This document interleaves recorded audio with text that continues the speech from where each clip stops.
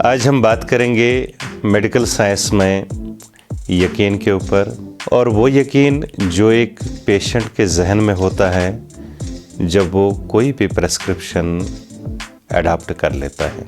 मैं यहाँ पर एक स्टडी की बात करूँगा। वो स्टडी सालों पहले थाईलैंड में हुई है और स्टडी की है WHO ने। और उस स्टडी में ये देखा गया है वहाँ 5 तरह के मेडिकल सिस्टम हैं। एक चाइनीज़ मेडिसन, एक तिब्बती मेडिसन, एक दूसरा एलोपैथिक मेडिसन, तीसरा वहाँ है फादर टू सन मेडिसन, यानी बाप कुछ दे रहा था वो अपने बेटे को, बेटे ने सीख लिया उसके बेटे ने, तो ये एक सिलसिला चलता रहा। और 5वीं है क्वैकरी, यानी जिसको हम यहाँ के ज़ुबान में फ्रॉड डॉक्टरी भी बोल सकते हैं। तो WHO ने ये कोशिश की, उन्होंने ये स्टडी की थी कि हम ये देखना चाहेंगे कि इन तरीके इलाजों में सबसे इफ़ेक्टिव कौन सी है। जो कंक्लूजन ऑफ स्टडी था वो बड़ा हैरान कुन था। वो ये था कि every system is equally effective. हकीकत ये है कि अगर एक साइड से मोस्ट मॉडर्न साइंस जिसको हम बोलते हैं और दूसरे साइड से एक क्वैकरी, क्या ये बराबर है? हाँ, इसका जवाब बराबर है इस स्टडी के मुताबिक। वजह क्या है?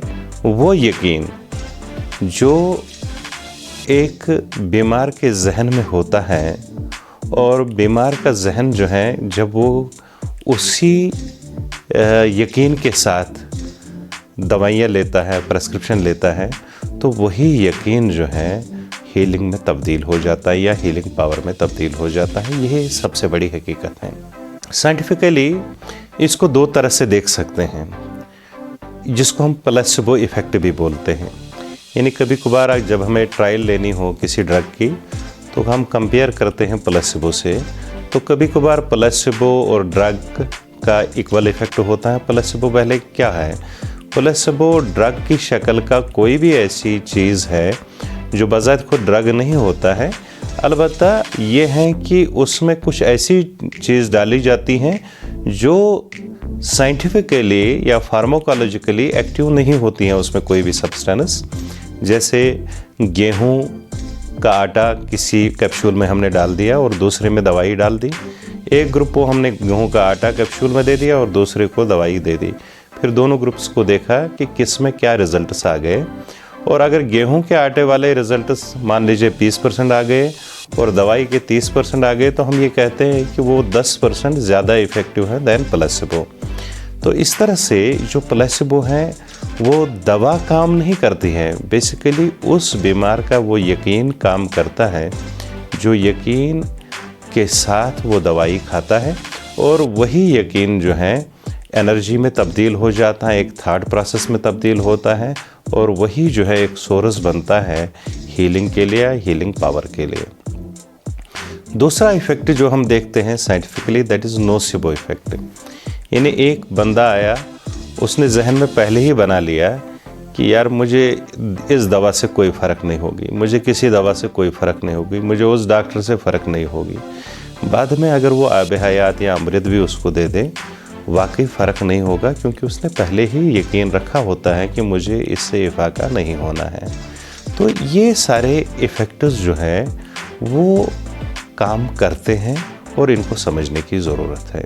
तीसरी एक बात मैं कहना चाहता हूँ, वो है ये डॉक्टर बिंगल एट आल, ये एक स्टडी हुई है बाईपास सर्जरीज़ में।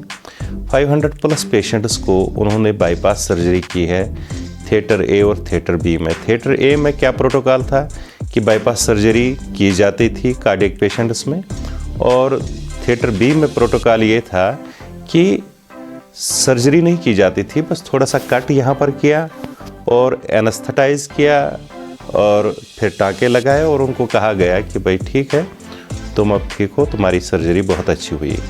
10 साल तक इनको फिर फॉलो किया गया, और 10 साल के बाद जो पता चला वो ये पता चला कि जिनको वाकई में सर्जरी की गई थी उनकी डेथ रेट उन लोगों से 3 to 4 फोल्ड ज़्यादा थी।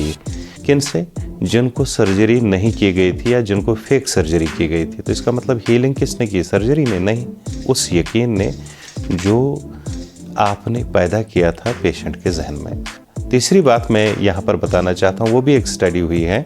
कुछ कैंसर के पेशेंट्स थे, उनको बहुत ज़्यादा दर्द होता है। उनको कहा गया अब हम आपको वो दवाई देंगे जो आपका दर्द दूर तो नहीं करेगा, बल्कि आपके जो बीमारी है उसमें कुछ कमी लाएगा। तो उसके बाद उनको मार्फिन दिया गया और एक भी पेशेंट को दर्द में इफाका नहीं हुआ। और उसके बाद उन्होंने उनको कहा कि अब हम आपको मार्फिन देंगे, और मार्फिन की जगह उन्होंने सलाइन वाटर दे दिया और उनको कहा गया अब आपका पेन जाएगा। तो उनकी पेन जो है उसी सलाइन वाटर से, यानी फिर से मैं प्लेसिबो का लफ्ज़ यूज़ करूँगा, उससे जाती गई या उन्हें इफाका हुआ। तो फिर किसी साहब ने कहा उनको कि नहीं भाई, हम कंकरेंट एफएमआरआई करेंगे, यानी हम वो एमआरआई करेंगे जिससे हमें फंक्शंस ब्रेन की पता चलेंगे। तो इस स्टडी को फिर से रिपीट किया गया, यानी पहले ग्रुप को मार्फिन दिया गया, मगर उनको बताया गया हम मार्फिन नहीं दे रहे हैं बल्कि कुछ और दे रहे हैं, इससे आपका पेन नहीं। तो ब्रेन उनका बिल्कुल सोया पड़ा था, कोई रिएक्शन नहीं किया। दूसरे ग्रुप को मार्फिन नहीं दिया गया, उनको ये कहा गया कि नहीं भाई, हम कोई मार्फिन दे रहे हैं और इससे आपका दर्द जाएगा, और ब्रेन से एंडोर्फिन्स रिलीज़ हुए और उन्होंने उनका दर्द जो है भगाना शुरू कर दिया। तो इसका मतलब ये हुआ कि जो भी चीज़ आप खाते हैं दवा की सूरत में, ग़िज़ा की सूरत में, और चाहे वो किसी फेथ हीलर ने दी हो, चाहे किसी डॉक्टर ने दी हो, सर्जन ने दी हो, हकीम ने दी हो, वैद ने दी हो, तो अगर आप इसको यकीन से इस्तेमाल करते हैं और ये यकीन जो है वही आपको शिफा देता है, वही आपको दर्द से जो है छुटकारा दिला देता है। तो इसलिए जब भी आप किसी भी डॉक्टर की तजवीज़ करता कोई भी चीज़, कोई भी दवा आप खा लें, तो इसको यकीन के साथ खा लीजिए, यकीन में ही शिफा है। शुक्रिया। अगर आपको हमारी बात अच्छी लगे, इसको लाइक कीजिएगा, शेयर कर लीजिएगा, ताकि और लोगों में भी यकीन और यकीन मुहकम पैदा हो जाए। शुक्रिया।